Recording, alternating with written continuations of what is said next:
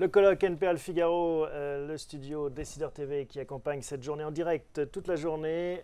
On a le plaisir maintenant d'accueillir Sébastien Soriano, bonjour, Bonjour. Le président de l'ARCEP, autorité de régulation des télécoms. Et vous ne manquez pas de travail et vous n'allez pas en manquer avec cette émergence de l'Internet des objets. De plus en plus d'objets se connectent à Internet. On a eu plein de témoignages tout au long de cette journée. Comment est-ce que vous concevez votre rôle dans ce contexte ?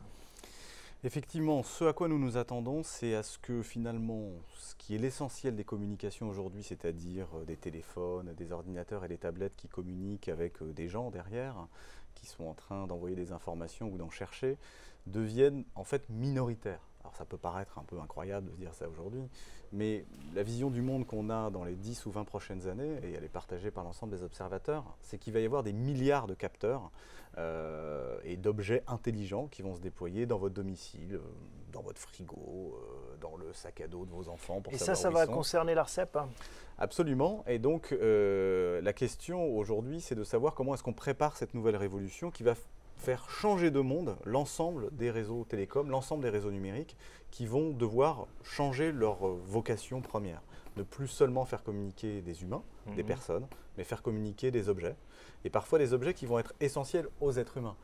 L'exemple le plus typique, c'est évidemment la voiture connectée. Si demain vous avez un tableau de bord et que vous êtes tranquille en train de lire un bouquin à l'intérieur de votre voiture. Une tablette, un bouquin électronique. Absolument. Ou de regarder un film ou de jouer à un jeu.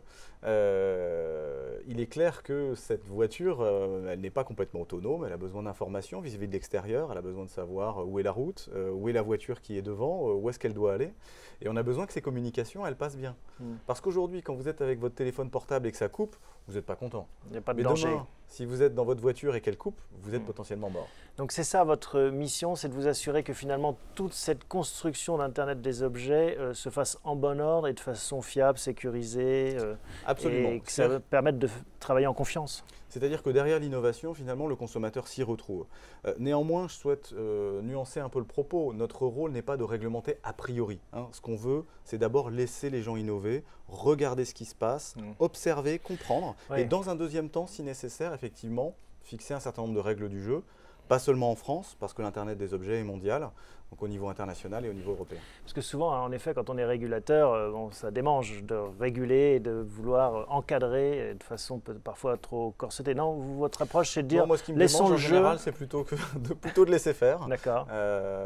Et on verra après. Si effectivement, je dirais, le jeu du marché fait émerger des innovations, des offres, et que le consommateur s'y retrouve, eh ben, il n'y a pas de raison d'y voir un problème. On connaît aussi l'ARCEP dans son rôle d'attribution des fréquences. Est-ce qu'on peut dire un mot là-dessus, sur les dossiers actuels que vous avez sur votre bureau ? Effectivement, les fréquences, ce sont des rendez-vous importants. C'est un peu le pétrole qui permet de faire avancer la voiture des opérateurs. Aujourd'hui, nous avons un rendez-vous important avec effectivement une attribution des fréquences 700. C'est une décision que nous prenons conjointement avec le gouvernement, dans la mesure où il s'agit du patrimoine de l'État. Les fréquences, on ne peut pas les toucher, mais c'est quand même du patrimoine. Et donc, nous allons décider d'ici début juillet comment organiser cette procédure de manière à ce que il y ait des revenus pour l'État à travers la vente de ces fréquences, qui est en fait une redevance, et puis ensuite qu'il puisse y avoir un équilibre entre les acteurs qui soit raisonnable pour que le marché fonctionne bien. Vous avez bon espoir que ça se passe bien, c'est-à-dire que ça rapporte à la fois de l'argent dans les caisses de l'État, que ça permette de développer de nouveaux services ? Je suis très confiant dans le dialogue que nous avons avec le gouvernement pour définir une procédure qui atteigne ses objectifs. Et avec les opérateurs aussi, ensuite, je n'ai pas de boule de cristal, donc nous ferons au mieux. Dans le débat, 4 ou 3 opérateurs, vous avez une préférence ? Alors, nous avons une préférence claire, c'est que nous ne voulons pas 2 opérateurs. Parce que le duopole, ça ne marche jamais, c'est mauvais pour l'investissement et c'est mauvais pour les consommateurs. Et entre 4 et 3 ? Écoutez, aujourd'hui, il y a 4 opérateurs et moi, mon travail, c'est de faire en sorte que chacun ait les moyens d'agir sur le marché. Comment est-ce que vous voyez justement, il y a un autre débat, c'est ce rapprochement entre le contenu, les tuyaux, on a évoqué le rapprochement entre le CSA, l'ARCEP, 2 organismes qui régulent chacun dans leur domaine ses activités. Vous l'appelez de vos voeux, vous, ce rapprochement ? Vous trouvez que ça ferait sens finalement ? Écoutez, tout peut faire sens. Je veux dire, il ne faut pas avoir d'a priori sur ces questions-là. Moi, ce qui m'intéresse, c'est que la régulation soit bonne. Et pour moi, l'enjeu de la régulation, comme je vous le dis, c'est de préparer cet Internet des objets. C'est ça vraiment la ligne de mire, hein. C'est les objets. On est très au-delà finalement du débat sur la 4G. C'est vraiment comment est-ce qu'on va préparer ces 10 ans. Voilà, moi c'est vraiment mon objectif, c'est que l'ARCEP soit vraiment utile dans la révolution numérique, qu'on prépare bien ce qui va se passer, qu'on n'ait pas une vision uniquement statique. Et vous parliez de la collaboration entre les acteurs, parce qu'en effet on est dans un monde de plus en plus ouvert, et je parle des acteurs, vos petits camarades européens notamment. Oui.